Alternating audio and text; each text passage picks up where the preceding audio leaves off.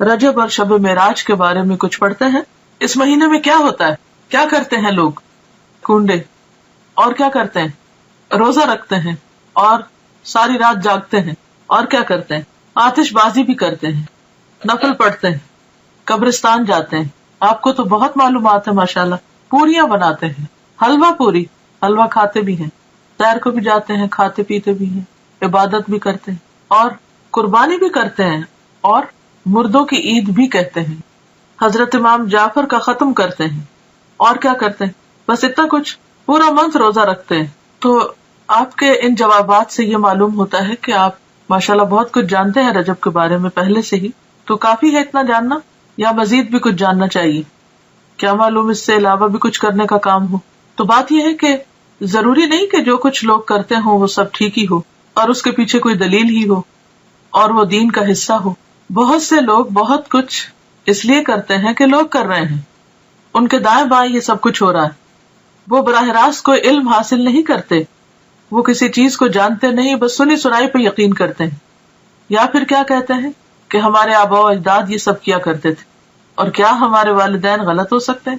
تو بات یہ ہے کہ ضروری نہیں کہ جو کام والدین کرتے ہوں یا جو چیز ہمارے آس پاس ہو رہی ہو یا جسے لوگ بہت اہمیت دے رہے ہوں وہ واقعی بہت اہم ہو. ہمیں دیکھنا یہ ہوگا کہ کوئی بھی کام جو ہم کرتے ہیں, اور خاص طور پر جسے عبادت سمجھ کر کرتے ہیں اور جسے خاص اہمیت دیتے ہیں, اس کی حقیقت کیا ہے. اس وقت میں رجب اور شب معراج کا پمفلٹ جو اسلام آباد الہدا نے چھاپا ہے اس کو فالو کروں گی, اور آپ لوگ بھی اپنے سامنے ٹیکسٹ کھول سکتے ہیں تاکہ ساتھ ساتھ آپ دیکھتے بھی جائیں جو میں بول رہی ہوں. اور ہو سکتا ہے کہ آپ کو بھی کسی کو پڑھ کر سنانا پڑے, تو آپ کا پھر پروننسیشن ٹھیک ہونا چاہیے. جو الفاظ میں کوٹ کر رہی ہوں اس میں عربک کے خاص طور پر ان کو صحیح طور پر ادا کرنا آنا چاہیے. اور پھر سب سے بڑی بات یہ کہ جب دلیل انسان صرف کانوں سے سنتا نہیں آنکھوں سے دیکھتا بھی ہے تو یقین کا درجہ بڑھ جاتا ہے, عین الیقین ہو جاتا ہے. رجب اور شب معراج. رجب اسلامی کیلنڈر کے حرمت والے مہینوں میں سے ایک ہے جسے رجب المرجب بھی کہتے ہیں. رسول اللہ صلی اللہ علیہ وسلم نے فرمایا, سال 12 مہینوں کا ہے جن میں سے 4 حرمت والے ہیں, 3 پے در پے یعنی ایک کے بعد ایک, اور وہ کیا ہے؟ ذوالقعدہ, ذوالحجہ اور محرم, اور رجب جو جمادی الاخر اور شعبان کے درمیان ہے. یہ صحیح بخاری کی حدیث ہے, کتاب بدء الخلق. تو اس سے پتہ چلتا ہے کہ مہینوں کی تعداد اور مہینوں کی گنتی جو ہے یہ اللہ تعالیٰ نے مقرر فرمائی ہے, اور ان میں سے 4 کو حرمت والا بنایا ہے. حرمت والے کا مطلب کیا ہے؟ احترام والا, قابل احترام, کہ جب یہ مہینے شروع ہو تو کسی قسم کی لڑائی جھگڑا فساد نہ کیا جائے, قتل و غارت نہ کی جائے, ہر طرف امن امان ہو. عربی میں رجبہ کا معنی ہے تعظیم کرنا, اور مرجب معظم کے معنوں میں آتا ہے یعنی عظمت والا. اس کو رجب مضر بھی کہتے ہیں. مضر عربوں کے ایک قبیلے کا نام ہے جس نے دور جاہلیت میں خاص طور پر اس ماہ کی حرمت کا اہتمام کیا, یعنی وہ اس مہینے کو بہت اہمیت دیا کرتے تھے. اسی نسبت کی بنا پر اسے ان سے منسوب کر دیا گیا. اسلام سے قبل دور جاہلیت میں قتل و غارت عربوں کا مشغلہ تھا, لیکن جو ہی حرمت والے مہینے آتے تو ہتھیار اتار دیتے, یعنی لڑنا جھگڑنا بند کر دیتے. لہذا رجب کے بارے میں قبل از اسلام جاہلی عرب کہا کرتے تھے, رجب منسل الاسنہ, رجب وہ ہے جو تیز ہتھیاروں کو اتار دے, یعنی جس میں لڑائی جھگڑا بند ہو جائے, ختم ہو جائے, یعنی اس کی تعظیم اور احترام لازم ہے. بہقی کی روایت میں آتا ہے کہ جاہلی لوگ ان مہینوں کا احترام کرتے, خصوصاً رجب کا, اور اس میں جنگ نہ کرتے اور بتوں کے نام پر جانوروں کی قربانی کرتے. یعنی صرف یہ نہیں تھا کہ وہ جنگ نہیں کرتے تھے بلکہ اس کے ساتھ ساتھ وہ بتوں کے نام پر قربانی بھی کرتے, گویا انہوں نے اس مہینے کو عبادت کا مہینہ قرار دیا. تاہم گزرتے ہوئے وقت کے ساتھ اس ماہ میں عبادت کے مندرجہ ذیل طریقے رواج پا گئے, یعنی اور طریقے بھی آ گئے, صرف قربانی نہیں بلکہ کچھ اور چیزیں بھی شامل کر لی. بالکل ایسے ہی ہوتا ہے نا کہ جب ہم کھانا کھانے لگتے ہیں تو ایک مین میل ہوتا ہے اور اس کے ساتھ طرح طرح کی چٹپٹی چیزیں اور بھی لوازمات ہم شامل کر لیتے ہیں. تو اسی طرح جب ایک بدعت شروع ہوتی ہے تو پھر وہ ایک تک نہیں رکتی بلکہ اس کے ساتھ ساتھ اور بھی بہت سے کام شروع ہو جاتے ہیں، کیونکہ اللہ کی طرف سے جو دین آتا ہے بندے کے لیے اس پر تو بندہ مطمئن ہو جاتا ہے، وہ تھوڑا بھی کافی ہو جاتا ہے. لیکن جب انسان خود سے کوئی دین ایجاد کرنے لگتا ہے اور پھر ہر شخص دین کو اپنے ہاتھ میں لے لیتا ہے تو پھر اس کی کوئی حد نہیں ہوتی، آپ کہیں پر سٹاپ نہیں لگا سکتے. نبی صلی اللہ علیہ وسلم سے پہلے حضرت ابراہیم علیہ السلام نے جو قربانی کی تھی وہ رجب کے مہینے میں نہیں تھی، اور نہ ہی یہ ان کی سنت تھی. یہ عربوں نے خود سے ایک اختراع کی تھی، اور اس کے علاوہ بھی کچھ کام کرتے. اور پھر نہ صرف یہ کہ دور جاہلیت میں بلکہ دور اسلام کے بعد بھی جب دین کی تعلیمات آہستہ آہستہ لوگوں کے اندر سے کم ہونا شروع ہوئی اور بہت سی بدعات نے رواج پا لیا، تو پھر مسلمان ہوتے ہوئے بھی لوگ اس مہینے کو بہت معزز اور محترم قرار دیتے اور اس میں عبادت کے خود ساختہ طریقے انہوں نے رائج کر دیے جو کہ اصل سنت سے ثابت نہیں. وہ کیا تھے طریقے؟ پہلی چیز تو قربانی کا اہتمام. اس ماہ میں کچھ لوگ قربانی کرتے ہیں جو کہ دور جاہلیت کی رسم ہے. جاہلی عرب العتیرہ کے نام پر اس مہینے میں بکری کی قربانی کیا کرتے تھے، یعنی اونٹ نہیں، بھیڑ نہیں، گائے نہیں، بلکہ بکری. اور ذبح کی گئی بکری کی کھال کسی درخت پر ڈال دیتے تھے. اسے رجبیتن، رجب والی قربانی کہا جاتا، یعنی جس بکری کی کھال درخت پہ لٹکی ہوتی تو اس سے لوگوں کو کیا پتا چلتا کہ یہ رجب والی قربانی ہے، یعنی مزید اہتمام کر لیا. ایک تھے کہ قربانی کی، پھر یہ کہ قربانی بکری کی، پھر یہ کہ اس کی کھال درخت پر. اب ان باتوں کا دین سے کیا تعلق ہے؟ یہ تو انسانوں کو مشکل میں ڈالنے والی بات ہے. بخاری اور مسلم کی روایت میں ابو ہریرہ رضی اللہ عنہ رسول اللہ صلی اللہ علیہ وسلم سے روایت کرتے ہیں، لا فرع ولا عتیرہ، فرع اور عتیرہ کچھ نہیں. اونٹنی کا پہلا بچہ جو بتوں کے نام پر ذبح کیا جاتا فرع کہلاتا. یعنی عربوں میں صرف عتیرہ نہیں تھی، فرع بھی تھا، اور اس کے علاوہ بھی بحیرہ اور صاحبہ اور حام اور وسیلہ جن کا تذکرہ آپ قرآن مجید میں پڑھتے ہیں. یہ مختلف طریقے تھے ان کے ہاں بتوں کے نام پر قربان کرنے کے، اور ان سب جاہلی عربوں کے خود ساختہ طریقے تھے. یہ ان کی اپنی اختراعات اور بدعات تھی جو انہوں نے دین کے نام پر، ثواب کے نام پر اور مختلف فائدوں کے خاطر ایجاد کر لیے تھے. یہ ابراہیم علیہ السلام کی سنت نہ تھے. خصوصی نماز کا اہتمام. بعض لوگ اس ماہ میں خصوصی نماز صلاۃ الرغائب پڑھتے ہیں. رجب کے پہلے جمعہ کی رات کو 12 رکعات 6 سلام سے پڑھی جاتی، جس میں سورت اخلاص کے بعد ہر رکعت میں 3 مرتبہ سورت القدر پڑھی جاتی ہے. یہ بدعت 4 صدی میں شروع ہوئی جس کی کوئی اصلیت نہیں. امام ابن تیمیہ لکھتے ہیں کہ تمام علماء نے اجماع کے ساتھ اس نماز کو موضوع یعنی من گھڑت قرار دیا ہے، یعنی اس کی کوئی اصل نہیں ہے دین میں. دین تو مکمل ہو چکا ہے. نبی صلی اللہ علیہ وسلم ہر روز تہجد کی نماز پڑھا کرتے تھے، اور اس میں کبھی بھی یہ نہیں ملتا کہ آپ نے کوئی مخصوص سورت ہی پڑھی ہو اور پھر اس میں یہ کہ ہر رکعت میں وہ سورت 3 بار پڑھی ہو. جیسے یہاں پر انہوں نے سورت اخلاص اور اس کے بعد ہر رکعت میں 3 مرتبہ سورت القدر پڑھنے کا لکھا ہے، اور کئی لوگ بڑی پابندی کے ساتھ اس کو پڑھتے بھی ہیں. اور پھر اس کے ساتھ بہت سی من گھڑت قسم کی فضیلتیں اور فائدے بھی منسوب کر دیے گئے ہیں. تو اسلام میں اس کی کوئی حقیقت نہیں. نہ قرآن میں اس نماز کا ذکر ہے، نہ نبی صلی اللہ علیہ وسلم نے اس نماز کی تاکید کی ہے یا تلقین، اور نہ ہی اس کا وجود ہے کسی بھی حدیث یا فقہ کی کتاب میں. یہ سراسر لوگوں نے خود گھڑ لی.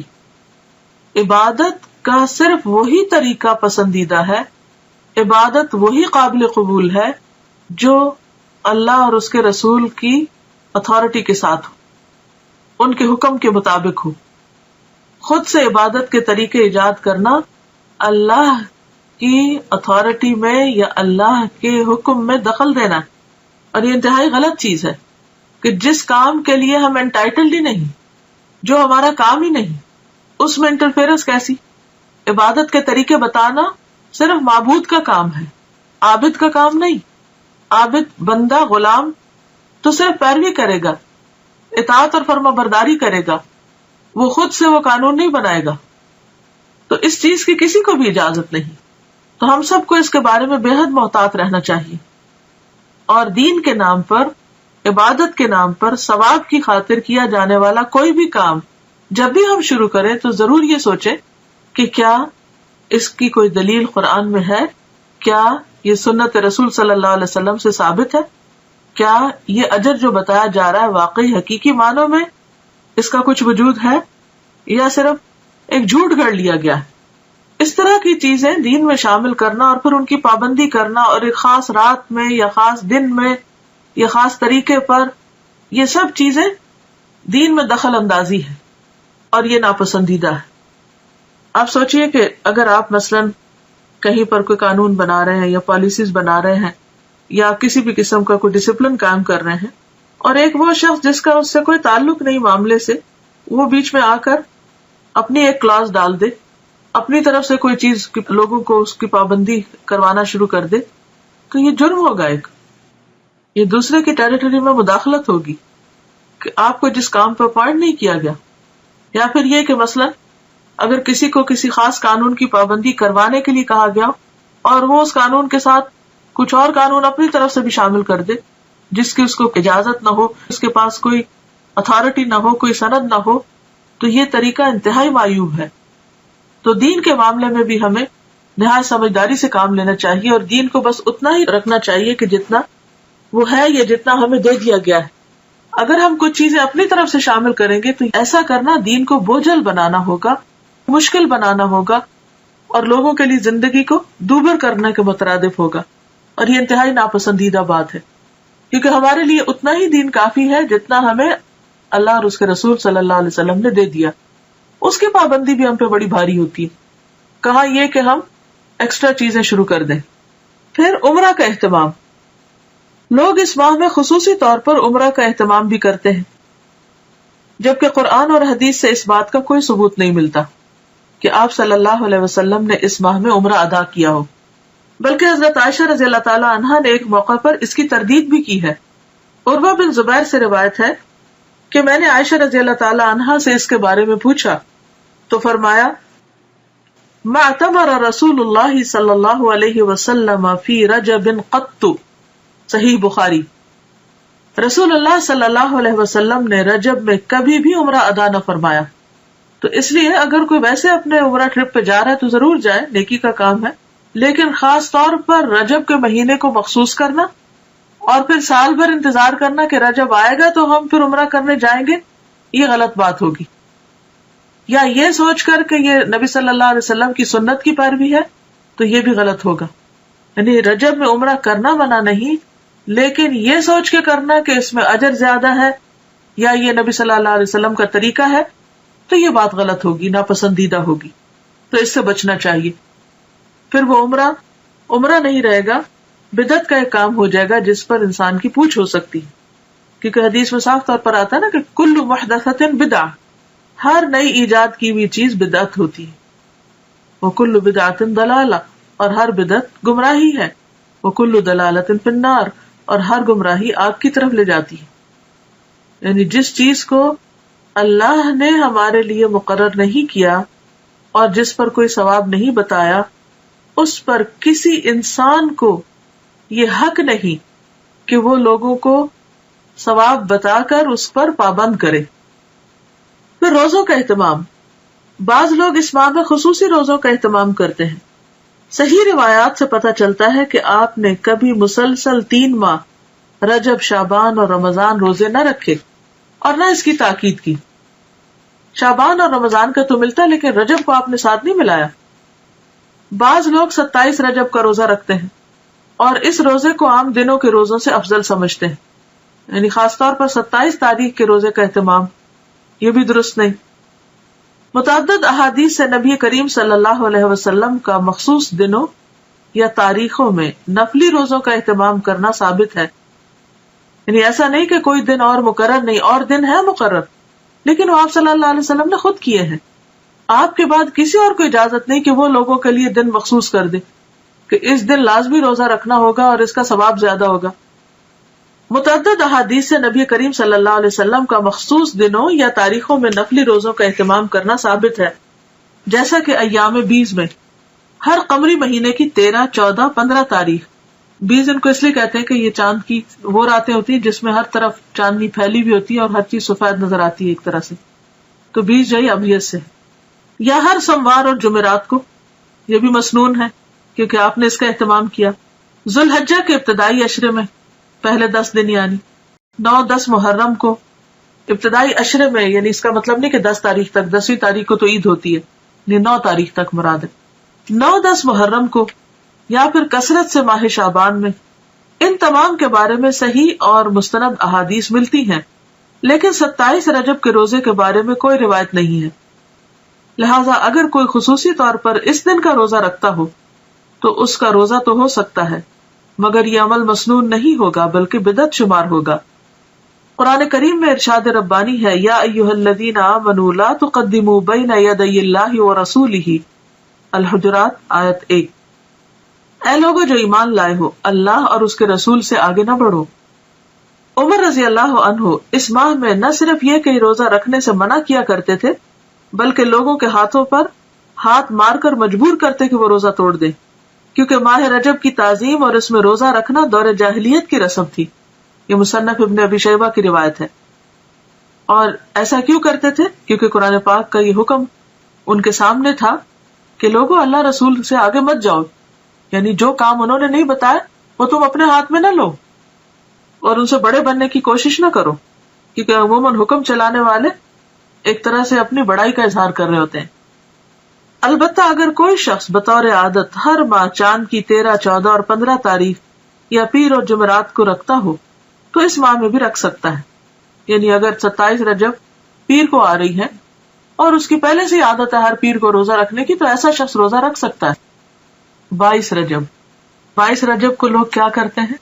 کنڈوں کا اہتمام کرتے ہیں۔ 22 رجب کے کنڈوں کا اہتمام بھی بر صغیر میں عام ہے۔ 22 رجب کو کنڈے بھرنا بطور رسم رواج پا چکا ہے، یعنی اس کا رواج عام ہو چکا ہے۔ اس رسم میں کسی منت کے پورا ہونے پر حلوہ پوری اور کھیر وغیرہ پکائی جاتی ہے۔ تاریخ کے مطالعہ سے یہ بات سامنے آتی ہے کہ اس رسم کی ابتدا 1906 یعنی 1906 میں امیر مینائی کے خاندان سے ہوئی، جو ہندوستان کے شہر سے تعلق رکھتا تھا۔ اس رسم کا مقصد امام جعفر کی روح کو ایصال ثواب تھا، حالانکہ اس بات کا تعین نہیں ہو سکا کہ مذکورہ امام کی پیدائش یا وفات ماہ رجب میں ہوئی تھی۔ کوئی بھی نہیں جانتا کہ واقعی امام جعفر اس مہینے میں پیدا ہوئے یا ان کی وفات ہوئی، لیکن اس رسم کو جو کہ تقریباً 100 سال پہلے شروع ہوئی، امام جعفر سے منسوب کر دیا گیا۔ تو اس سے یہ بھی پتہ چلتا ہے کہ اس کا آغاز نبی صلی اللہ علیہ وسلم نے نہیں کیا، یہ چیز اصل دین میں نہیں۔ اسلام میں کسی بھی برگزیدہ شخصیت کی پیدائش کے دن خوشی منانے یا خصوصی صدقہ و خیرات کی کوئی گنجائش نہیں ہے، یعنی کسی بھی انسان کے حوالے سے کوئی دن منانا اسلامی روایت نہیں ہے، مثلا برتھ ڈے منانا یا برسی منانا یا انہی خاص دنوں پر کوئی صدقہ خیرات کرنا، یہ سب چیزیں بعد کی پیداوار ہیں۔ صحابہ کرام ان چیزوں سے بہت آگے تھے، ان کی زندگیوں میں ایسی مصروفیات نہیں تھی، اسی وجہ سے انہوں نے بڑے بڑے کام کیے، دین کی بڑی خدمت کی۔ آج ہم میں سے اکثر لوگ وقت کی کمی کا شکایت کرتے ہیں کہ وقت نہیں ہے، تو اس کی بھی اصل وجہ کیا ہے؟ اس کی بنیادی وجہ ہمارا غیر ضروری، غیر متعلق چیزوں میں اپنا وقت لگانا ہے یا اپنا مال لگانا ہے۔ جہاں صدقہ کی ضرورت ہوتی ہے وہاں ہم صدقہ نہیں کرتے، بھوکے کو کھانا نہیں کھلاتے، یتیم کی پرورش سے جی چراتے ہیں۔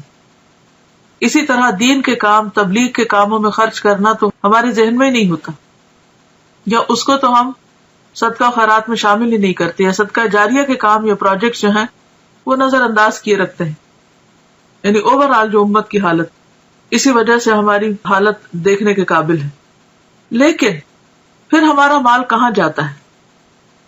یا تو وہ شادی کی بڑی بڑی تقریبات میں صرف ہو جاتا ہے، یا پھر وہ وفات کے موقع سے متعلق بہت سے جو رسم و رواج ہم لوگوں نے عام کر رکھے ہیں ان میں خرچ ہو جاتا ہے، یا پھر اسی قسم کے نظر اور منت ہے جس کا اسلام میں کوئی بھی تصور نہیں، کوئی اس کی اوریجن نہیں، ان میں خرچ ہو جاتے ہیں۔ ایک قول ہے کہ البدعۃ تمیت السنہ، بدعت جو ہے وہ سنت کو ختم کر دیتی ہے، سنت کی موت ہے، یعنی کوئی بھی سنت رواج نہیں پا سکتی اگر کہیں پر بدعت چھائی ہوئی ہو۔ تو یہ عام سمجھ میں آنے والی کامن سینس کی بات ہے کہ اگر آپ اپنے وقت کو یا اپنی جگہ کو یا اپنے کسی بھی کام کو غیر ضروری چیزوں سے اسٹف کر دیں گے، بھر دیں گے اور غیر متعلقہ چیزیں اس میں کرنے لگیں گے، تو جو اصل چیز ہے یا اہم کام ہے وہ نہیں ہو سکے گا. مثلاً اگر اپنے اہم وقت میں، پرائم ٹائم میں آپ فضول باتیں کرتے رہیں، ادھر ادھر گھومتے پھرتے رہیں، تو آپ کا نماز کا وقت نکل جائے گا. اسی طرح اگر آپ اپنے صدقہ خیرات کو غیر ضروری چیزوں پر لگا دیں گے تو ضروری چیزوں پر خرچ کرنے کے لیے آپ کے پاس مال نہیں رہے گا. اسی طرح اگر آپ کی دلچسپیاں صرف انٹرٹینمنٹ میں لگ گئی تو آپ کے پاس وقت نہیں رہے گا کہ آپ کوئی سنجیدہ کام کر سکیں. تو بات یہ ہے کہ اسلام میں کسی بھی برگزیدہ شخصیت کی پیدائش کے دن خوشی منانے یا خصوصی صدقہ خیرات کی کوئی گنجائش نہیں ہے. علاوہ ازیں کنڈوں کا نہ قرآن و سنت میں ذکر ہے، نہ ہی صحابہ کرام، تابعین یا تبع تابعین کے زمانے میں اس کا کوئی ثبوت ملتا ہے. یعنی ان لوگوں کے ہاں اس کا کوئی کانسیپٹ ہے ہی نہیں. تو جو چیز قرآن و سنت سے ثابت نہیں، اس کے کرنے پر کوئی اجر و ثواب بھی نہیں. اور اگر ہم بعد میں کوئی ایسی چیز ایجاد کرتے ہیں اور اجر و ثواب کی نیت سے کرتے ہیں تو وہ بدعت میں شمار ہوگا، اس کے فائدے کی بجائے گناہ ہوگا. لہٰذا ایسی چیزوں سے بچنا ضروری ہے. اصل دین کیا ہے؟ ہمارے ذہن میں واضح ہونا چاہیے کہ اصل دین کیا ہے. اصل دین وہ ہے جو اللہ تعالیٰ نے محمد صلی اللہ علیہ وسلم کے ذریعے ہم تک پہنچایا. یعنی دین اللہ کی اطاعت و فرمانبرداری، اس کے احکامات کے آگے سر تسلیم خم کرنے اور محمد صلی اللہ علیہ وسلم کی سنت پر عمل کرنے کا نام ہے. ارشاد ربانی ہے، الیوم اکملت لکم دینکم واتممت علیکم نعمتی ورضیت لکم الاسلام دینا. المائدہ 3. آج میں نے تمہارے لیے تمہارا دین مکمل کر دیا اور تم پر اپنی نعمت تمام کر دی اور تمہارے لیے دین اسلام کو پسند کر لیا. لہذا کوئی بھی ایسا کام جو آپ صلی اللہ علیہ وسلم نے نہ کیا اور نہ ہی اس کا حکم دیا، اسے دین کا حصہ سمجھتے ہوئے ادا کرنا اور پھر اس پر اجر و ثواب کی توقع رکھنا بدعت ہے. نبی کریم صلی اللہ علیہ وسلم کا ارشاد ہے، کل محدثۃ بدعہ وکل بدعۃ ضلالہ وکل ضلالۃ فی النار. بے شک ہر نئی بات بدعت ہے اور ہر بدعت گمراہی ہے اور ہر گمراہی آگ میں لے جانے والی ہے. بدعتی کے بارے میں رسول اللہ صلی اللہ علیہ وسلم کا ارشاد مبارک ہے کہ اللہ تعالیٰ بدعتی کی توبہ قبول نہیں کرتا جب تک کہ وہ بدعت ترک نہیں کرتا. یہ صحیح حدیث ہے ترغیب و ترہیب کی. یعنی ایسے شخص کی توبہ بھی قبول نہیں ہوتی جو ان چیزوں کو چھوڑتا نہیں جو دین کے نام پر اس نے خود ایجاد کر لی یا نبی صلی اللہ علیہ وسلم کے بعد اگر کسی نے ایجاد کی اور وہ ان کی پیروی اور پابندی کر رہا ہے. آپ صلی اللہ علیہ وسلم نے فرمایا، میں اپنے حوض پر تم سے پہلے موجود ہوں گا اور تم میں سے کچھ لوگ میرے سامنے لائے جائیں گے، پھر انہیں میرے سامنے سے ہٹا دیا جائے گا تو میں کہوں گا کہ اے میرے رب، یہ میرے ساتھی ہیں. لیکن مجھ سے کہا جائے گا کہ آپ نہیں جانتے انہوں نے آپ کے بعد کیا کیا نئی چیزیں ایجاد کر لی تھی. یہ صحیح بخاری کی روایت ہے. تو اس سے آپ اندازہ لگائیں کہ اگر کوئی شخص دین میں نئے طریقے ایجاد کرتا ہے اور ان کی پابندی کرتا ہے اور ان کو فرض کے درجے پر لے آتا ہے تو قیامت کے دن ایسے شخص کو نبی صلی اللہ علیہ وسلم کے حوض سے پانی نصیب نہ ہوگا اور آپ اس شخص سے خفا ہوں گے کیونکہ اس نے دین کو اپنے ہاتھ میں لے لیا. لہٰذا ایسے تمام طریقوں اور کاموں سے بچنے کی ضرورت ہے جو دین کے نام پر آپ کے بعد ایجاد کر لیے گئے ہوں، کیونکہ آپ صلی اللہ علیہ وسلم نے فرمایا، من احدث فی امرنا ھذا ما لیس منہ فہو رد. صحیح بخاری. جس نے ہمارے اس دین میں کوئی ایسی چیز ایجاد کی جو اس میں سے نہ ہو تو وہ مردود ہے، یعنی ریجیکٹڈ ہے، قابل قبول نہیں. اسی طرح یہ ہے کہ بعض لوگ 27 رجب کی شب کو عبادت کا اہتمام کرتے ہیں، تو اس کے بارے میں دین کا حکم کیا ہے؟ دیگر بدعات کے علاوہ 27 رجب کو رات جاگ کر عبادت کرنے اور دن کو روزہ رکھنے کو بھی بہت اہمیت دی جاتی ہے اور اس کی نسبت واقعہ معراج سے کی جاتی ہے. حالانکہ نبی کریم صلی اللہ علیہ وسلم نے اپنی حیات مبارکہ میں واقعہ معراج کے بعد اس رات کسی خصوصی عبادت کا نہ تو اہتمام کیا اور نہ ہی نبی کریم صلی اللہ علیہ وسلم کا کوئی قول یا عمل 27 رجب کی شب خصوصی عبادت کے بارے میں ہے. یعنی یہ سب کچھ سیلف کریٹڈ ہے. نہ تو آپ نے ایسی کوئی عبادت کی اس رات، نہ صحابہ نے روزہ رکھا، اور نہ ہی آپ نے کوئی ایسا حکم دیا۔ آپ کے جانثار صحابہ کرام یا ازواج مطہرات میں سے بھی کسی نے اس کا اہتمام نہیں کیا، لہٰذا ایسے تمام طریقوں اور کاموں سے بچنے کی ضرورت ہے جو دین کے نام پر نبی کریم صلی اللہ علیہ وسلم کے بعد ایجاد کر لیے گئے ہوں۔ یعنی اپنی طرف سے کسی چیز کی پابندی نہ اپنے اوپر اس طرح فرض کے درجے میں کرنی چاہیے اور نہ ہی کسی اور کو اس کا پابند کرنا چاہیے۔ واقعہ معراج کے ظہور کی حقیقت اپنی جگہ مسلم ہے، یہ واقعہ تو پیش آیا ہے، مگر یہ بھی ایک حقیقت ہے کہ اس کے رونما ہونے کی تاریخ کے بارے میں کم و بیش 36 مختلف اقوال ملتے ہیں، 36 ڈفرنٹ ورژنز ہیں۔ بعض کے مطابق یہ واقعہ ربیع الاول میں ہوا، بعض نے رمضان، بعض نے ہجرت سے چند سال بعد، اور بعض نے چند ماہ قبل کہا۔ اس کی حتمی تاریخ کسی صحیح حدیث سے یقینی طور پر ثابت نہیں کہ واقعی یہ 27 رجب کو ہی ہوا ہوگا، تاہم یہ بات تسلیم شدہ ہے کہ نبی کریم صلی اللہ علیہ وسلم کو مکی زندگی کے آخری حصے میں یہ خاص مشاہدہ کرایا گیا جس میں ہمارے لیے سیکھنے اور عمل کرنے کے بہت سے پہلو ہیں۔ قرآن پاک میں اللہ تعالیٰ نے فرمایا ہے، سبحان الذی اسری بعبدہ لیلا من المسجد الحرام الی المسجد الاقصی الذی بارکنا حولہ لنریہ من آیاتنا انہ هو السمیع البصیر۔ سورۃ بنی اسرائیل آیت نمبر 1۔ پاک ہے وہ ذات جو اپنے بندے کو ایک رات میں مسجد الحرام سے مسجد اقصی تک لے گیا جس کے آس پاس ہم نے برکت رکھی ہے، یعنی اس علاقے میں اللہ نے برکتیں نازل کی ہیں تاکہ ہم اسے اپنی بعض نشانیاں دکھائیں، یقیناً وہ خوب سننے والا اور خوب دیکھنے والا ہے۔ اس آیت میں جس واقعے کی طرف اشارہ ہے وہ اسراء کے نام سے مشہور ہے۔ اسراء کے لفظی معنی ہے رات کو سفر کرنا، رات کو چلنا۔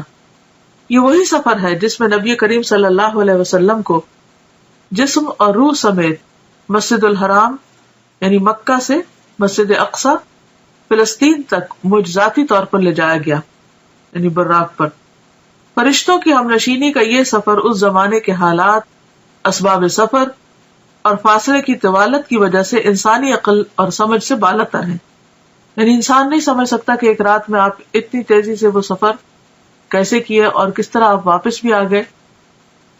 لیکن جیسا کہ اس آیت میں واضح کیا گیا ہے کہ پاک ہے وہ ذات، یعنی اللہ جو اپنے بندے کو لے گیا، یعنی اللہ تعالیٰ کے لیے کچھ بھی مشکل نہیں۔ جن چیزوں کو ہم ناممکن سمجھتے ہیں وہ اللہ کے ہاں ناممکن نہیں۔ تو جس ذات میں کمال قدرت ہو وہ سب کچھ کر سکتا ہے۔ اس حیرت انگیز اور ایمان افروز سفر کی تفاصیل بخاری اور مسلم سمیت احادیث کی دیگر کتب میں موجود ہیں۔ تو اب ہم اس کے بارے میں پڑھیں گے کہ یہ واقعہ کیسے رونما ہوا۔ بعض روایات کے مطابق 27 رجب کی شب کو نبی صلی اللہ علیہ وسلم معراج پر تشریف لے گئے۔ اگرچہ اس کے بارے میں اختلاف ہے لیکن پھر بھی عام طور پر غالب گمان یہی ہے کہ آپ اسی شب کو تشریف لے گئے تھے۔ تو آئیے تھوڑا سا اس بارے میں دیکھ لیتے ہیں کہ آپ نے اللہ سبحانہ وتعالیٰ کی کون کون سی نشانیاں دیکھی، کیا کیا چیزیں مشاہدہ فرمائیں اور ان میں ہمارے لیے کیا سبق ہے۔ آغاز سفر اور شق صدر۔ شق کہتے ہیں پھاڑنے کو اور صدر کہتے ہیں سینے کو، اور شق صدر کا معنی ہے سینے کو کھولنا۔ اس کی تفصیل آگے ملے گی، ابھی اتنا ہی کافی۔ انس بن مالک رضی اللہ عنہ سے مروی ہے کہ معراج کی رات جب بیت اللہ سے نبی کریم صلی اللہ علیہ وسلم کو لے جایا گیا تو وحی آنے سے قبل آپ کے پاس 3 فرشتے آئے۔ اس وقت آپ مسجد الحرام میں سو رہے تھے۔ ان میں سے ایک نے پوچھا وہ کون ہے، یعنی آپ کی طرف اشارہ کر کے۔ دوسرے نے جواب دیا وہ ان میں سب سے بہتر ہیں۔ تیسرے نے کہا ان میں جو سب سے بہتر ہے انہیں لے لو۔ اس رات اتنا ہی واقعہ پیش آیا اور نبی صلی اللہ علیہ وسلم نے اس کے بعد انہیں نہیں دیکھا یہاں تک کہ وہ دوسری رات آئے جبکہ آپ کا دل دیکھ رہا تھا اور آپ کی آنکھیں سو رہی تھیں لیکن دل نہیں سو رہا تھا۔ تمام انبیاء کی نیند ایسی ہی ہوتی ہے، انہوں نے آپ سے کوئی بات نہ کی یہاں تک کہ آپ کو اٹھا کر چاہے زمزم کے پاس لٹایا، چاہ کہتے کنویں کو، یعنی زمزم کے کنویں کے پاس۔ یہاں جبریل علیہ السلام نے اپنا کام سنبھالا اور سینہ مبارک گردن تک خود اپنے ہاتھ سے چاک کیا یعنی کاٹا، اور سینہ اور پیٹ کی تمام چیزیں نکال کر انہیں اپنے ہاتھ سے زمزم کے پانی سے دھویا۔ جب خوب دھو چکے تو آپ کے پاس سونے کا ایک تشت لایا گیا، تشت پلیٹ کو کہتے ہیں جیسے ٹرے وغیرہ، اس میں سونے کا ایک بڑا پیالہ تھا جو حکمت اور ایمان سے پر تھا یعنی بھرا ہوا تھا۔ اس سے آپ کے سینے اور گلے کی رگوں کو پر کر دیا یعنی بھر دیا، وہ حکمت اور ایمان انڈیل دیا سینے اور گلے کی رگوں کو۔ سینہ مبارک پھر سے سی دیا گیا، صحیح بخاری کتاب التوحید۔ اور بہت سے لوگ اس بات پر حیران ہوں گے اور پریشان بھی ہوں گے کہ یہ کیسے ممکن ہے کہ کسی کا سینہ چاک کر دیا جائے۔ تو بات یہ ہے کہ اگر آج اللہ تعالیٰ نے انسان کو یہ عقل دی ہے اور انسان سرجری کے ذریعے سینہ کھول کے پھر اسے بند کرنے کے قابل ہو گیا ہے، اور یہاں تک کہ بعض لوگوں کا ہارٹ ٹرانسپلانٹ کیا بھی گیا ہے اور کافی حد تک اس میں کامیابی بھی ہوئی ہے، تو کیا اللہ کے بھیجے ہوئے فرشتوں اور خاص طور پر جبریل علیہ السلام جو القوی الامین ہے، اللہ تعالیٰ ان کو یہ ٹیکنیک نہیں سکھا سکتا، ان کو یہ طریقہ نہیں بتا سکتا کہ سینہ کھولا کیسے جائے اور سینہ بند کیسے کیا جائے؟ تو یہ بھی اللہ کی نشانیوں میں سے ایک نشانی ہے، اور ایسا علم ہمارے ایمان بالغیب کا ایک ٹیسٹ ہے بیسیکلی، کہ کیا ہم اس پر ایمان رکھتے ہیں۔ بعض اوقات قرآن مجید میں ایسی کوئی بات آتی ہے جیسے موسیٰ علیہ السلام کے معجزات کا ذکر ہے یا دیگر انبیاء کے، تو ہم یہ سوچ کر اس کو مان لیتے ہیں کہ یہ اللہ کا کلام ہے اور قرآن مجید میں کوئی شک نہیں اور یہ درست ہوگا۔ لیکن جب حدیث میں ہم ایسی کوئی بات پڑھتے ہیں تو بعض اوقات ہم شک میں پڑ جاتے ہیں۔ تو ہدایت کے لیے بے حد ضروری ہے کہ والذین یؤمنون بما انزل الیک وما انزل من قبلک، وہ لوگ جو ایمان لاتے ہیں اس چیز پر جو آپ کی طرف نازل کی گئی، یعنی صرف قرآن مجید ہی نہیں نازل کیا گیا، حکمت بھی نازل کی گئی۔ اور جیسا کہ اس حدیث سے تو واضح طور پہ پتہ چل رہا ہے کہ آپ کے سینے کو حکمت سے بھر دیا گیا۔ تو یہ کہاں سے آئی تھی حکمت، کہاں سے آیا تھا ایمان، کون لایا تھا؟ وہی لایا تھا جو دوسری وحی لاتے تھے، یعنی جبریل علیہ السلام۔ کہاں سے لائے تھے؟ اللہ سبحانہ وتعالیٰ کی طرف سے لائے تھے، اور پھر آپ کے اندر انڈیل دی گئی، ڈال دی گئی، اور اس سے آپ کا سینہ بھر دیا گیا۔ اب آپ سوچ رہے ہوں گے کہ حکمت اور ایمان تو ایبسٹریکٹ چیزیں ہیں، اور گلے کی رگیں جو ہے یا سینہ جو ہے یا دل جو ہے وہ دیکھنے کو مادی چیزیں ہیں، تو یہ کیسے ممکن ہوا؟ تو آپ دیکھیے کہ جیسے روح غیر مادی ہے اور ہمارا جسم مادی ہے، جب روح انسان کے اندر آتی ہے تو وہ تو نظر نہیں آتی، اس کا تو کوئی وزن نہیں ہوتا، تو وہ کیسے آ جاتی؟ وہ کون ڈالتا ہے؟ وہ بھی تو اللہ تعالیٰ فرشتے کو بھیج کر روح ڈالتے ہیں نا۔ تو جو رب ایک ایبسٹریکٹ چیز کو، نظر نہ آنے والی چیز کو انسان کے جسم کے اندر اور پورے جسم کے اندر ایک فرشتے کو بھیج کر ڈال سکتا ہے، جو رب، کیا وہ رب ایمان اور حکمت کو ایک پیغمبر کے سینے میں نہیں ڈال سکتا؟ خواہ وہ مادی تھے یا نہیں تھے، وہ جس بھی حال میں تھے، ہمیں اس کا علم نہیں دیا گیا۔ ہمارا فرض بنتا ہے اس پر ایمان لانا، کیونکہ یہ ایمان بالغیب ہی کی ایک قسم ہے۔ تو یہ سفر کا آغاز تھا، یعنی آپ نے ابتدا میں کچھ نشانیاں دیکھی اور ان کو محسوس کیا، اور خواب میں آپ کو چیزیں دکھائی گئی۔ اس کے بعد پھر کیا ہوا؟ مسجد الحرام سے مسجد اقصیٰ تک اسراء کا واقعہ، اور اسراء عربی میں کہتے ہیں رات کے وقت سفر کرنے کو۔ اس کے بعد آپ کے پاس شراب، دودھ اور شہد کے برتن لائے گئے۔ آپ نے دودھ پسند فرمایا۔ جبریل علیہ السلام نے کہا آپ نے فطرت پائی، آپ کو ہدایت نصیب ہوئی، اور آپ کی امت کو بھی۔ یہ مسند احمد کی روایت کا حوالہ ہے۔ حوالہ جہاں لکھا ہوتا ہے اس کا معنی ہوتا ہے کہ بات پوری کی پوری نہیں لکھی گئی، بلکہ اس میں کچھ اختصار کے ساتھ روایت کی گئی ہے، یعنی اس انفارمیشن کا سورس مسند احمد ہے۔ یہاں پر آپ دیکھیے کہ آپ صلی اللہ علیہ وسلم براق پر سفر کرتے ہیں، انبیاء کی امامت کرتے ہیں، اور پھر اس کے بعد آپ کی مہمانی کی جاتی اور 3 چیزیں پیش کی جاتی، اور تینوں میں سے آپ دودھ کو پسند کرتے ہیں۔ تو اس سے یہ پتہ چلتا ہے کہ انسان کے کھانے پینے کی جو چوائس ہوتی ہے وہ اس کی شخصیت کی عکاس ہوتی ہے۔ اب دنیا میں بھی اگر کوئی شراب کو پسند کرتا ہے تو اس کا مطلب یہ ہے کہ اس کی ایک خاص قسم کی پرسنالٹی. دودھ کو پسند کرنے والے شہد کو پسند کرنا، تو ہر انسان اپنے اپنے مزاج کے مطابق چیزوں کا انتخاب کرتا ہے. اور پھر بعض لوگوں کا انتخاب صرف ان کی اپنی ذات تک نہیں، ان کے خاندان اور پھر خاندان سے آگے بھی لوگوں کو متاثر کرتا ہے. تو خاص طور پر جو لوگ دین کا کام کرنے والے ہیں ان کے لیے بے حد ضروری ہے کہ وہ انبیاء کی سنت کو فالو کریں اپنے کھانے پینے کی چوائس میں بھی. مسجد اقصی سے آسمانوں کی طرف معراج. معراج کا لفظ جو ہے یہ عین را جیم سے ہے. عروج اسی سے ہے جس کا معنی ہوتا ہے بلندی، اور معراج عربی میں سیڑھی کو کہتے ہیں. مسجد اقصی سے آپ کو عالم بالا میں لے جایا گیا. معراج عربی میں سیڑھی کو کہتے ہیں جو اوپر چڑھنے کے لیے استعمال ہوتی ہے. اس نسبت سے سفر کے اس حصے کو بھی معراج کہا گیا ہے.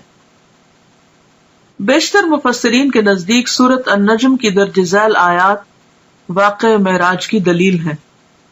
سورۃ النجم آیت 13-18 یعنی 13 سے 18 تک. وَلَقَدْ رَآهُ نَزْلَةً أُخْرَى عِنْدَ سِدْرَةِ الْمُنْتَهَى عِنْدَهَا جَنَّةُ الْمَأْوَى إِذْ يَغْشَى السِّدْرَةَ مَا يَغْشَى مَا زَاغَ الْبَصَرُ وَمَا طَغَى لَقَدْ رَأَى مِنْ آيَاتِ رَبِّهِ الْكُبْرَى. اور ایک مرتبہ پھر اس نے سدرۃ المنتہا کے پاس اس کو اترتے دیکھا. کس نے کس کو دیکھا؟ محمد صلی اللہ علیہ وسلم نے جبریل علیہ السلام کو دیکھا. اس کا مطلب یہ کہ آپ سدرۃ المنتہا تک تشریف لے گئے جہاں پاس ہی جنت المأوا ہے. سدرہ کہتے ہیں بیری کے درخت کو. اس وقت سدرہ پر چھا رہا تھا جو کچھ چھا رہا تھا، یعنی نور وغیرہ. اس کی وضاحت یہاں نہیں کی گئی لیکن مراد یہی ہے. نہ نگاہ چندھیائی نہ حد سے متجاوز ہوئی، یعنی نہ نگاہ چندھیائی. چندھیائی کا مطلب یہ ہے کہ جب ہم مثلا سورج کی طرف دیکھتے ہیں تو ہماری آنکھیں کیسے ہو جاتی ہیں، ایک دم ہم سکویز کرنے لگتے ہیں آنکھوں کو، تو یہ چندھیانا ہوتا ہے، یعنی پوری طرح آنکھ کھول کے نہ دیکھنا. تو نہ نگاہ چندھیائی نہ حد سے متجاوز ہوئی، یعنی جہاں تک دیکھنے کا حکم تھا وہی تک ٹھہری رہی، اس سے آگے نہیں گئی. اور اس نے یعنی محمد صلی اللہ علیہ وسلم نے اپنے رب کی بڑی بڑی نشانیاں دیکھی. تو یہ آیات اس بات پر دلیل ہے کہ آپ صلی اللہ علیہ وسلم اس رات صرف مسجد اقصی تک نہیں بلکہ آسمانوں پر تشریف لے گئے، اور صرف آسمانوں تک نہیں سدرۃ المنتہا تک گئے، اور وہاں تک تشریف لے گئے جہاں نہ کوئی انسان گیا، نہ کوئی جن اور نہ کوئی فرشتہ. مندرجہ بالا آیات میں نبی کریم صلی اللہ علیہ وسلم کے آسمانوں کی طرف جانے اور سدرۃ المنتہا اور اس کے آس پاس کی چیزوں کو دیکھنے کا ثبوت ملتا ہے. سفر آسمان. مسجد اقصی میں تمام انبیاء کی امامت کے بعد سواری کے لیے براق پیش کیا گیا. آپ دوبارہ اس پر سوار ہو کر پہلے آسمان تک گئے. جبریل علیہ السلام نے آسمان کا دروازہ کھلوایا. فرشتوں کی طرف سے پوچھا گیا کون ہے؟ جبریل علیہ السلام نے فرمایا میں جبریل ہوں. پوچھا گیا ساتھ کون ہے؟ بتایا گیا محمد صلی اللہ علیہ وسلم ہے. پوچھا گیا ان کو پیغام الہی دے کر بھیجا گیا ہے؟ جبریل علیہ السلام نے کہا ہاں. تب اندر والے فرشتے نے سن کر کہا مرحبا، آپ بہت اچھے آئے. آپ فرماتے ہیں میں وہاں پہنچا تو آدم موجود تھے علیہ السلام. اس سے کیا بات پتہ چلتی کہ کسی کے گھر میں داخل ہونے سے پہلے، کسی کے خاص علاقے میں داخل ہونے سے پہلے دروازہ کھٹکھٹانا، اپنا نام بتانا، اجازت ملنا اور پھر داخل ہونا، یہ ہے صحیح طریقہ. اور اس وقت آپ دیکھیے کہ آسمان کے جو فرشتے ہیں وہ صرف یہ سن کر نہیں دروازہ کھول دیتے کہ جبریل موجود ہے، حالانکہ جبریل علیہ السلام کی قدردانی آسمانوں میں بھی اور زمین پر بھی. اس کے باوجود جب وہ کہتے ہیں میں جبریل ہوں تو وہ یہ نہیں کہتے دھڑ سے دروازہ کھول دے، نہیں، پوچھتے ہیں کہ ساتھ کون ہے. اور ساتھ کون ہے؟ سب انسانوں میں سے عظیم چنے ہوئے انسان. بتایا گیا محمد صلی اللہ علیہ وسلم. اب اتنا کہنے پر بھی دروازہ نہیں کھلتا. پوچھتے ہیں کہ کیا ان کو پیغام الہی دے کر بھیجا گیا؟ کیا اللہ تعالیٰ نے بلایا ہے؟ جبریل نے کہا ہاں. تب فرشتے نے سن کر کہا مرحبا. اس سے یہ پتہ چلتا ہے کہ فرشتے کس قدر امانت دار ہیں، کس قدر ڈیوٹیفل ہیں. ان کو جو کہا گیا ہے وہی کرتے ہیں. یفعلون ما یؤمرون. اچھا ہمارا حال کیا ہوتا ہے کہ ہم فوراً ایکسائٹمنٹ میں اپنی حدود سے آگے بڑھ جاتے ہیں. اچھا فلاں، بس فلاں کے لیے تو کوئی قید ہی نہیں، کوئی حد ہی نہیں اور کوئی ریسٹرکشن ہی نہیں.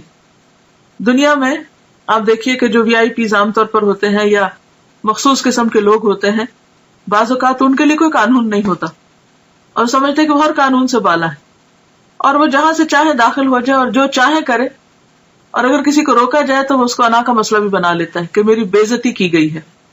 لیکن یہاں پر آپ دیکھیے کہ جبریل علیہ السلام بھی اس قانون کی پابندی کرتے ہیں اور بہت آرام کے ساتھ جواب دیتے ہیں، اور پھر جتنا سوال پوچھا جاتا ہے اتنا ہی جواب دیتے ہیں، اور پھر نبی صلی اللہ علیہ وسلم کا تعارف کراتے ہیں، اور اس کے بعد دروازہ کھلتا ہے.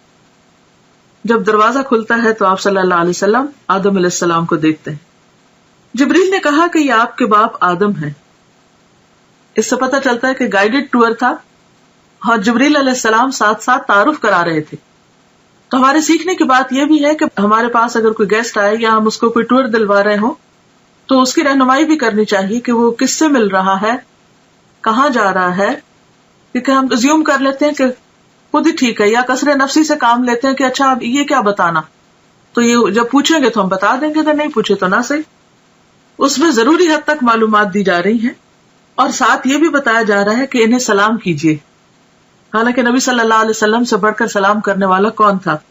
تو نبی صلی اللہ علیہ وسلم فرماتے کہ میں نے انہیں سلام کیا تو آپ نے جواب دیا، یعنی آدم علیہ السلام نے، مرحبا فرزند صالح، نبی صالح، اور آپ کی نبوت کا اقرار کیا.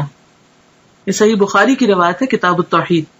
حالانکہ عمر میں حضور صلی اللہ علیہ وسلم بعد میں آئے، یعنی آپ کے بچوں میں سے، تو بعض اوقات ہم بچوں سے ایکسپیکٹ کرتے ہیں کہ وہ ہمارا ادب کرے اور وہ ہمیں زیادہ اپریشیٹ کرے، لیکن آدم علیہ السلام خود آگے بڑھ کر مرحبا کہتے ہیں اور بہت محبت بھرے کلمات کہتے ہیں، فرزند صالح، نبی صالح، اور پھر آپ کی نبوت کو بھی مانتے ہیں. اس سے ایک بہت اچھی بات پتہ چلتی ہے کہ اگر بچے کبھی والدین سے زیادہ ترقی کر جائیں، مرتبے اور مقام میں، اسٹیٹس میں آگے بڑھ جائیں، تو اس صورت میں اس اسٹیٹس کو اکنالج کرنا، اولاد کو اپریشیٹ کرنا، ان کو ان کا مقام دینا، یہ بھی پیغمبرانہ اخلاق میں سے ہے. اور اس میں آپ دیکھیں کہ وہ انہیں صالح کہہ کے پکارتے ہیں، نیک. یہ کوئی خوشامد نہیں تھی یا کوئی جھوٹی تعریف نہیں تھی. اگر کسی کے اندر کوئی خوبی ہے تو اس خوبی کا ذکر کر دینا اخلاص کے ساتھ، اچھے آسن انداز میں، دوسرے کو اچھے لقب سے پکارنا، یہ بھی ایک بہترین اخلاق ہے. بعض اوقات جب کوئی چھوٹا ہوتا ہے نا عمر میں ہم سے، تو خواہ مرتبے میں بڑا بھی ہو تو ہم صرف نام لے لے کے پکارتے ہیں، یہ ظاہر کرنے کے لیے کہ ہم عمر میں بڑے ہیں یا ہم کسی بھی اعتبار سے بڑے ہیں، اور یہ تو چھوٹا ہے، اگر اس کے اندر کوئی خوبی ہے بھی تو بھی اس کو اکنالج نہیں کرتے. مثلاً بعض اوقات ایسا ہوتا ہے کہ آپ کا کوئی شاگرد بہت ترقی کر جاتا ہے، علم حاصل کر کے بڑے مرتبے پہ پہنچ جاتا ہے، تو اب آپ اس کو یہ نہ سوچیں کہ چونکہ یہ میرا شاگرد ہے اس لیے زندگی بھر یہ میرے سے کم ہی رہے گا. نہیں، وہ آپ سے زیادہ بھی آگے جا سکتا ہے. تو ایسی صورت میں اس کے علم کو، اس کے تقویٰ کو یا کسی بھی چیز کو اکنالج کرنا جو ہے یہ بھی ضروری ہوتا ہے. ایک اور روایت ہے کہ آپ نے آسمان دنیا میں ایک بزرگ شخص کو بیٹھے دیکھا جس کے دائیں اور بائیں صرف کچھ صورتیں نظر آئیں. دائیں طرف دیکھتے تو وہ بزرگ ہنستے اور بائیں طرف دیکھتے تو روتے. میں نے جبریل سے پوچھا یہ کون ہے؟ تو جواب دیا گیا آدم ہے. یہ دوسری روایت میں آتا ہے. یہ دائیں جانب والی اور بائیں جانب والی صورتیں ان کی اولاد ہیں. دائیں طرف رائٹ ہینڈ والے جنتی ہیں اور بائیں طرف والے دوزخی ہیں، اس لیے ایک طرف دیکھ کر ہنستے ہیں اور دوسری طرف دیکھ کر روتے ہیں. یہ صحیح بخاری کی روایت ہے. اور پچھلی روایت اور اس میں کوئی کنٹراڈکشن نہیں ہے. پچھلی روایت جو ہے وہ مختصر ہے، جس میں آدم علیہ السلام کو دیکھتے ہیں تو آپ جبریل سلام کرنے کو کہتے ہیں. تو اس میں یہ ہے کہ شاید نبی صلی اللہ علیہ وسلم دور سے دیکھتے ہیں اور آدم علیہ السلام کے عمل کو دیکھ کر تھوڑے حیران ہوتے ہیں، تو جبریل علیہ السلام انہیں بتا دیتے ہیں اور جب وہاں پہنچتے ہیں تو پھر سلام کرنے کے لیے کہتے ہیں. نبی کریم صلی اللہ علیہ وسلم فرماتے ہیں جبریل مجھے لے کر آگے بڑھے اور دوسرے آسمان تک پہنچے. پھر اسی طرح سوال و جواب ہوئے. وہاں مجھے عیسیٰ اور یحییٰ علیہ السلام ملے جو باہم خالہ زاد بھائی بھی ہیں. جبریل علیہ السلام نے کہا یہ یحییٰ اور عیسیٰ علیہ السلام ہیں، انہیں سلام کیجیے۔ میں نے سلام کیا، دونوں نے جواب دیا، پھر کہا مرحبا برادر صالح اور نبی صالح، اور آپ کی نبوت کا اقرار کیا۔ پھر اسی طرح ان سے کچھ باتیں ہوئیں۔ صحیح بخاری کی روایت ہے، جس سے پتہ چلتا ہے کہ جس آسمان پہ بھی آپ جا رہے تھے وہاں سلام دعا ہو رہی تھی۔ اور یہی ہم مسلمانوں کا بھی شعار اور طریقہ ہونا چاہیے کہ جس سے بھی ملے تو پہلی چیز سلام دعا۔ اس کے بعد مجھے لے کر تیسرے آسمان کی طرف چڑھے اور دروازہ کھلوایا۔ پوچھا گیا کون؟ جبریل نے کہا میں ہوں۔ پوچھا گیا تمہارے ساتھ کون ہے؟ انہوں نے کہا محمد صلی اللہ علیہ وسلم۔ پوچھا گیا ان کے پاس پیغام الہی دے کر بھیجا گیا ہے؟ جبریل علیہ السلام نے کہا ہاں۔ فرشتوں نے یہ سن کر کہا مرحبا، آپ بہت اچھے آئے۔ دروازہ کھولا گیا، وہاں پہنچے تو دیکھا کہ وہاں یوسف علیہ السلام موجود ہیں۔ جبریل علیہ السلام نے کہا یہ یوسف علیہ السلام ہے، سلام کہیے۔ میں نے سلام کیا، انہوں نے جواب دیا۔ انہوں نے کہا مرحبا برادر صالح اور نبی صالح، اور آپ کی نبوت کا اقرار کیا۔ ایک اور روایت میں ہے کہ آپ صلی اللہ علیہ وسلم نے فرمایا میں نے یوسف علیہ السلام کو دیکھا، اللہ نے حسن کا آدھا حصہ ان کو دیا تھا۔ صحیح مسلم کتاب الایمان۔ اس کے بعد جبریل علیہ السلام مجھے لے کر آگے بڑھے، چوتھے آسمان پر اسی طرح سوال و جواب ہوئے۔ ادریس علیہ السلام وہاں موجود تھے، سلام دعا ہوئی، انہوں نے بھی اسی طرح برادر صالح اور نبی صالح کہہ کر مرحبا کہا اور آپ کی نبوت کا اقرار کیا۔ برادر بھائی کو کہتے ہیں فارسی میں۔ اس کے بعد جبریل علیہ السلام پانچویں آسمان تک آگے بڑھے، وہاں بھی اسی طرح سلام دعا ہوئی۔ ہارون علیہ السلام وہاں موجود تھے، انہوں نے بھی نبی صالح برادر صالح کہہ کر مرحبا کہا اور آپ کی نبوت کا اقرار کیا۔ اس کے بعد آگے چھٹے آسمان تک چڑھے، دروازہ کھلوایا گیا اور اسی طرح سوال و جواب اور مرحبا کہا اور آپ کی نبوت کا اقرار کیا۔ یہاں پر موسیٰ علیہ السلام تھے، آپ انہیں چھوڑ کر آگے بڑھے تو وہ رونے لگے۔ پوچھا آپ کے رونے کی کیا وجہ ہے؟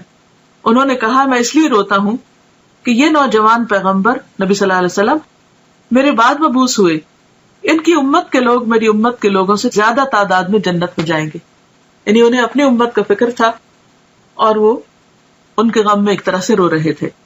یہ نہیں کہ انہیں نبی صلی اللہ علیہ وسلم کو زیادہ خیر ملنے پر حسد کا شکار ہو کر رونا دھونا شروع کر دیا۔ اور اس سے یہ بھی پتہ چلتا ہے کہ جب انسان کسی کے اندر کوئی خوبی اور بھلائی دیکھتا ہے تو اس وقت وہ تمنا کرتا ہے کہ اس کے پاس بھی خوبی اور بھلائی ہو۔ لیکن یہاں آپ دیکھیں کہ موسیٰ علیہ السلام اپنی ذات نہیں اپنی امت کی فکر کر رہے ہیں، اور یہ امت کی خیرخواہی اور لوگوں کی خیرخواہی جو ہے یہ انبیاء کی سرشت میں ہوتی ہے۔ اس کے بعد ساتویں آسمان پر پہنچے اور دروازہ کھلوایا۔ پوچھا گیا کون؟ میں نے کہا جبریل ہوں۔ پوچھا گیا تمہارے ساتھ کون ہے؟ انہوں نے کہا محمد صلی اللہ علیہ وسلم ہے۔ پوچھا گیا ان کے پاس پیغام الہی دے کر بھیجا گیا؟ اس سے پتہ چلتا ہے کہ ہر آسمان کے فرشتے نے ایسا ہی کیا۔ جبریل علیہ السلام نے کہا ہاں۔ فرشتوں نے یہ سن کر کہا مرحبا، آپ بہت اچھے آئے۔ جب میں وہاں پہنچا تو ابراہیم علیہ السلام کو موجود پایا۔ جبریل علیہ السلام نے کہا یہ آپ کے جد امجد ابراہیم علیہ السلام ہیں، انہیں سلام کہیے۔ میں نے انہیں سلام کیا، انہوں نے جواب دیا اور فرمایا مرحبا فرزند صالح نبی صالح، اور بیٹا کہہ کر پکارا، آپ کی نبوت کا اقرار کیا۔ وہاں ابراہیم علیہ السلام بیت المعمور کے ساتھ ٹیک لگا کر بیٹھے ہوئے تھے، یعنی گویا دنیا میں جو ان کا خاص بہترین عمل تھا اس کی جزا کے طور پر اللہ تعالیٰ نے ان کو وہاں بھی گھر عطا کیا۔ سیدنا ابن عباس سے مروی ہے کہ آپ ایک ایسے مقام پر پہنچے جہاں پر جبریل علیہ السلام نے آپ کا ساتھ چھوڑ دیا، تو اس پر آپ نے فرمایا ایسے مقام پر کوئی دوست اپنے دوست کو نہیں چھوڑتا، آپ میرا ساتھ کیوں چھوڑ رہے ہیں؟ جبریل علیہ السلام نے فرمایا اگر میں اس مقام سے آگے بڑھوں تو نور سے جل جاؤں گا۔ سنن بہقی کی روایت ہے۔ اس کے بعد آپ کو سدرۃ المنتہا تک لے جایا گیا، اس کے بیر حجر کے مٹکوں کے برابر اور اس کے پتے ہاتھی کے کان کی طرح تھے، یعنی پتے بہت بڑے بڑے تھے اور بیر بھی بہت بڑے بڑے۔ اس پر سونے کے پتنگے چھا گئے اور اللہ کے حکم سے جو کچھ چھانا تھا چھا گیا۔ یہ حجر کے مٹکے جو ہے یہ علاقے کا نام ہے اور وہاں کے برتن شاید مشہور ہیں یا خاص سائز کے ہیں تو اس لیے ان سے تشبیہ دی گئی۔ اور اللہ کے حکم سے جو کچھ چھانا تھا چھا گیا، اس سے وہ سدرہ بیری کا درخت تبدیل ہو کر اتنا خوبصورت ہو گیا کہ اللہ کی کوئی مخلوق اس کا حسن بیان کرنے کی تاب نہیں رکھتی۔ آج بھی آپ دیکھیں کہ بعض لوگ درختوں کے آس پاس یا نیچے لائٹس لگا کر رکھتے ہیں. دن کے وقت تو درختوں کا اپنا ایک حسن ہوتا ہے، سورج کی روشنی میں بہت خوبصورت چمکتے ہوئے نظر آتے ہیں، لیکن رات کے وقت بعض اوقات درختوں کے اوپر لائٹیں لگائی ہوئی ہوتی ہیں، یا بعض اوقات ان کے تنے کے بالکل نیچے زمین پر اس اینگل سے لائٹس لگائی جاتی ہیں کہ درختوں کا حسن دوبالا ہو. تو رات کے وقت بھی اگر آپ ان درختوں کو دیکھیں روشنی میں تو ان کا حسن اور طرح کا ہوتا ہے. تو یہاں پر یہ ہے کہ وہ جو بیری کا درخت تھا اس پر بھی خاص قسم کا نور اور روشنی اسے بے حد خوبصورت بنا رہی تھی. اس وقت اللہ تعالیٰ نے اپنے بندے کو وحی فرمائی اور آپ پر اور آپ کی امت پر 50 وقت کی نمازیں فرض کی. واپس آتے ہوئے موسیٰ علیہ السلام سے آپ کی ملاقات ہوئی تو دریافت کیا کہ آپ کو کیا حکم ملا. آپ نے جواب دیا، ایک دن رات میں مجھ پر اور میری امت پر 50 نمازیں فرض کی گئی. موسیٰ علیہ السلام نے کہا، آپ کی امت ایک دن رات میں 50 نمازیں نہ پڑھ سکے گی. میں بنی اسرائیل کا خوب تجربہ کر چکا ہوں. آپ کمی کی درخواست لے کر اپنے رب کے پاس جائیں. موسیٰ علیہ السلام کے فرمانے پر آپ اللہ کے پاس واپس گئے اور کمی کی درخواست کی. اللہ تعالیٰ نے آپ کی درخواست کو قبول فرما کر 10 نمازوں کی تخفیف فرمائی. اس کے بعد آپ موسیٰ علیہ السلام کے پاس آئے تو انہوں نے پوچھا کیا ہوا. آپ نے کہا کہ 10 نمازوں کی کمی کر دی گئی. یہ سن کر موسیٰ علیہ السلام نے فرمایا، اب پھر واپس جائیے اور تخفیف یعنی کمی کی درخواست کیجیے. آپ واپس گئے اور اللہ تعالیٰ سے تخفیف کی درخواست کی. اللہ تعالیٰ نے اس کے بعد 10 نمازوں کی کمی کر دی. یوں آپ کی موسیٰ علیہ السلام اور اللہ تعالیٰ کے درمیان آمد و رفت جاری رہی، یعنی بیک اینڈ فورتھ آتے جاتے رہے، یہاں تک کہ اللہ تعالیٰ نے 5 نمازیں کر دی. اس کے بعد آپ پھر واپس آئے تو موسیٰ علیہ السلام نے کہا، جاؤ اور کمی کراؤ. آپ نے کہا، اب مجھے شرم آتی ہے، جو اللہ تعالیٰ نے فرض کیا ہے اس پر راضی ہوں. آپ نے فرمایا، جب میں وہاں سے واپس آیا تو ایک پکارنے والے نے پکار کر کہا، میں نے اپنا فرض پورا کر دیا اور بندوں کے لیے تخفیف کر دی. یہ 5 نمازیں اجر میں 50 کے برابر ہوں گی. بخاری. اس سے ایک اور بات یہ بھی پتہ چلتی ہے کہ بعض اوقات کوئی حکم آتا ہے، کوئی پالیسی بنتی ہے یا کوئی ایسا قانون پاس ہوتا ہے جو عوام کے لیے بہت مشکل ہو سکتا ہے. تو جو بھی شخص یا جو بھی انسان یہ سمجھتا ہو کہ یہ لوگوں کے لیے بھاری ہوگا یا مشکل ہو تو وہ ان کے حق میں سفارش کر کے بات کر سکتا ہے. یہاں پر آپ دیکھیے کہ نبی صلی اللہ علیہ وسلم اللہ تعالیٰ کا حکم آنے کے بعد اس میں تخفیف کی درخواست کر رہے ہیں اور موسیٰ علیہ السلام سفارش کر رہے ہیں. تو اس سے ایک تو ہم موسیٰ علیہ السلام کے بہت مرہون منت ہیں کہ انہوں نے ہمارا بہت خیال کیا، ورنہ ہم جو 5 نہیں پڑھتے تو 50 کہاں پڑھتے، تو کس قدر مشکل ہوتی. اور پھر دوسری طرف یہ ہے کہ نبی صلی اللہ علیہ وسلم بھی اللہ سبحانہ تعالیٰ کے پاس جا کر بار بار عرض کرتے ہیں، اور اللہ سبحانہ تعالیٰ اپنے بندوں پر اس قدر مہربان ہے کہ 5 کرنے کے باوجود اجر 50 ہی کا رکھا. یہ ہے اس کی رحمت. دنیا میں کوئی بادشاہ ایسی عنایت نہیں کر سکتا کہ اگر کسی کو 50 گھنٹے کے لیے ہائر کیا ہے اور وہ 5 گھنٹے کام کرنا چاہے تو اجرت 50 گھنٹے کی دے. اس کے علاوہ چند اور مشاہدات دیگر کتب میں مذکور ہیں. سورۃ البقرہ کی آخری 2 آیات بھی عرش کے خزانے سے عطا کی گئی، یعنی اسی موقع پر جب نمازوں کا حکم دیا گیا. نہر کوثر اور جنت کا مشاہدہ. سدرۃ المنتہا پر بہت سے عجائبات کا مشاہدہ کرنے کے بعد رسول اللہ صلی اللہ علیہ وسلم نے فرمایا، پھر مجھے جنت میں لے جایا گیا تو میں نے وہاں دیکھا کہ موتیوں کے قبے ہیں اور اس کی مٹی کستوری ہے. کستوری خوشبو کا نام ہے جو ہرن کی ناف سے نکلتی ہے، بہترین قیمتی قسم کی خوشبو ہے. تو یعنی مٹی سے بھی خوشبو آ رہی تھی. مٹی کی دنیا میں بھی خوشبو ہوتی ہے نا، لیکن وہاں کی خوشبو کستوری جیسی تھی. جنت میں آپ نے نہر کوثر کا مشاہدہ فرمایا. حضرت انس سے روایت ہے کہ نبی کریم صلی اللہ علیہ وسلم نے فرمایا، میں ایک نہر پر آیا، اس کے دونوں کنارے موتیوں اور قبوں کے تھے، یعنی چھوٹے چھوٹے جیسے پرلز کے چھوٹے چھوٹے ڈیونز تھے. میں نے پوچھا، جبریل علیہ السلام یہ کیا ہے؟ جبریل علیہ السلام نے کہا، یہ کوثر ہے. صحیح بخاری. یعنی آپ کو وہ نہر جو عطا کی گئی، انا اعطیناک کالکوثر کہہ کر، وہ بھی آپ کو دکھائی گئی. ابراہیم علیہ السلام کو امت محمد صلی اللہ علیہ وسلم کے نام خصوصی پیغام. ابن مسعود بیان کرتے ہیں کہ رسول اللہ صلی اللہ علیہ وسلم نے فرمایا، معراج کی رات میری ملاقات حضرت ابراہیم علیہ السلام سے ہوئی. انہوں نے کہا، اے محمد صلی اللہ علیہ وسلم، اپنی امت کو میری طرف سے سلام کہیے. تو ہم سب کو کیا کہنا چاہیے؟ وعلیکم السلام. اور ان کو بتائیے کہ جنت کی مٹی بڑی عمدہ ہے، اس کا پانی میٹھا ہے، لیکن وہ چٹیل میدان ہے، یعنی اس میں کچھ اگانے کی ضرورت ہے، اور اس کی کاشتکاری سبحان اللہ والحمد للہ ولا الہ الا اللہ واللہ اکبر ہے، اللہ پاک ہے اور تمام تعریف اللہ ہی کے لیے ہے، اس کے سوا کوئی الہ نہیں اور اللہ سب سے بڑا ہے۔ جامع الترمذی۔ تو اس سے کیا پتہ چلتا ہے کہ ہمیں کثرت کے ساتھ اللہ کا ذکر کرتے رہنا چاہیے تاکہ جنت خوب ہری بھری ہو جائے۔ دنیا میں پودے لگانے کو، خاص طور پر جن لوگوں کو گارڈننگ کا شوق ہوتا ہے، وہ کبھی راضی ہوتا ہی نہیں، ایک کے بعد ایک قسم کا پودا، یہاں بھی جگہ خالی ہے، اس کونے میں یہ لگ جائے، یہاں بڑا درخت لگ جائے، یہاں چھوٹا لگ جائے۔ تو یہ امیجن کیا کریں، دنیا کے آج کل تو ویسے بھی سمر ہے اور ہر طرف پھل پھول لگے ہوئے ہیں، تو اسے دیکھ کر ہمیشہ جنت کا سوچا کریں کہ کتنی گرینری چاہیے، کیسا باغ چاہیے، پھر آپ دیکھ لیجئے کہ کتنا ذکر کرنا ہے۔ غیبت کرنے والوں کا انجام بد، یعنی جہاں آپ نے اچھی اچھی چیزیں دیکھی وہاں پر آپ نے جہنم کے کچھ نظارے بھی دیکھے۔ انس رضی اللہ عنہ سے روایت ہے کہ رسول اللہ صلی اللہ علیہ وسلم نے فرمایا، معراج کے موقع پر میرا گزر ایسے لوگوں کے پاس سے ہوا جن کے ناخن پیتل کے تھے، براس کے، وہ اپنے چہروں اور سینوں کو نوچ رہے تھے۔ میں نے پوچھا، جبریل علیہ السلام یہ کون لوگ ہیں؟ جبریل نے کہا، یہ وہ لوگ ہیں جو لوگوں کا گوشت کھایا کرتے تھے اور ان کی غیبت کرتے تھے، یعنی دوسروں کو بدنما کرتے، دوسروں کی عزت پر حملہ کرتے، اور آج ان کی اپنی شکل جو ہے وہ خود بگاڑ رہے ہیں۔ بے عمل خطباء کا عبرتناک انجام۔ انس رضی اللہ عنہ سے روایت ہے کہ رسول اللہ صلی اللہ علیہ وسلم نے فرمایا، میں نے معراج کی رات کچھ لوگوں کو دیکھا کہ ان کے منہ آگ کی کینچیوں سے کاٹے جا رہے ہیں۔ میں نے پوچھا، جبریل یہ کون لوگ ہیں؟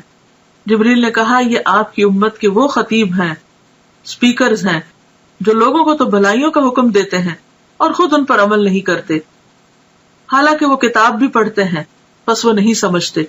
یہ شرح السنہ کی روایت ہے، یعنی دوسروں کو نصیحت اور خود میاں فضیحت، اوروں کو نیکی کا حکم دینا اور خود اس پر عمل نہ کرنا، یہ بھی ایک بہت سیریس میٹر ہے۔ جب ہم کسی کو بھی کچھ کہنے جا رہے ہوں تو اپنے آپ کو بھی ضرور ساتھ ساتھ شامل کر لیں۔ بیان اسراء اور معراج پر اہل مکہ کا رد عمل۔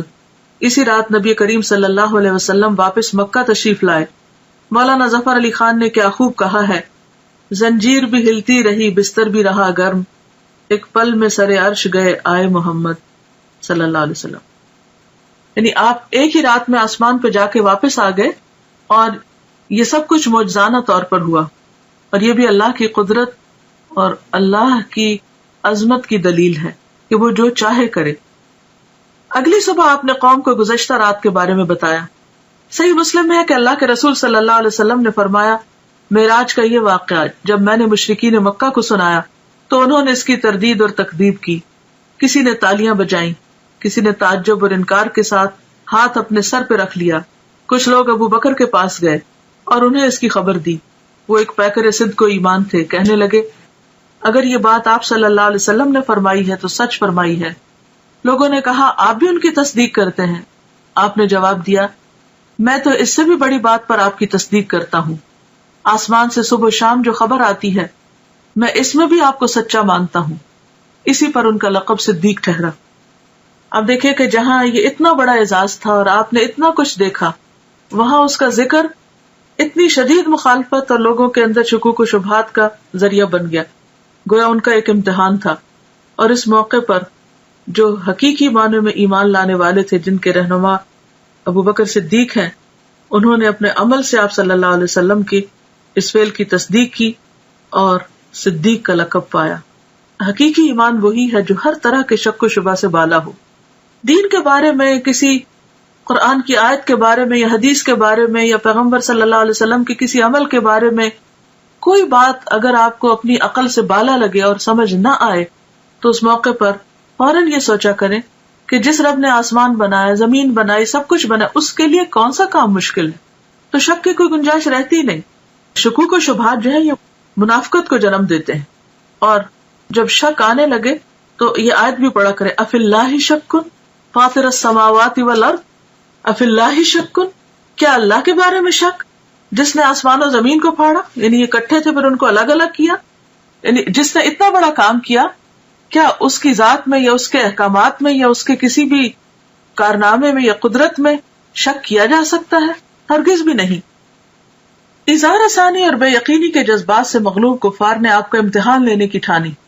بات یہ ہے کہ ہر نعمت کے ساتھ ایک آزمائش ہوتی. پوچھا کہ بیت المقدس کیسا ہے اور اس کی علامتیں کیا ہیں.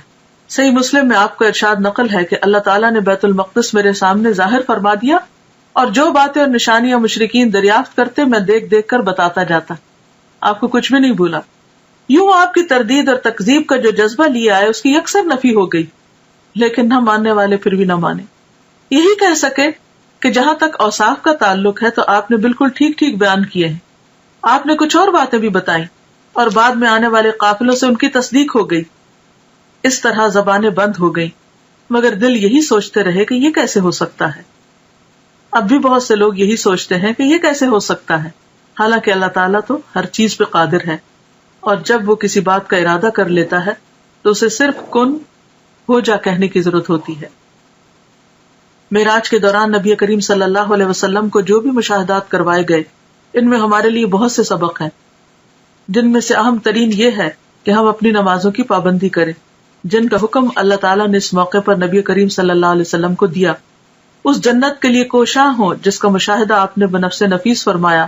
ابراہیم علیہ السلام کے خصوصی پیغام کے مطابق کثرت سے ذکر الہی کریں، دوسروں کی غیبت سے پرہیز کریں، اور جو بات دوسروں کو کہیں اس پر خود بھی عمل کریں. اللہ تعالی ہمیں اس کی توفیق عطا فرمائے.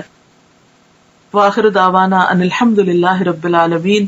سبحانک اللہم وبحمدک نشہد ان لا الہ الا انت نستغفرک ونتوب الیک. السلام علیکم ورحمۃ اللہ وبرکاتہ.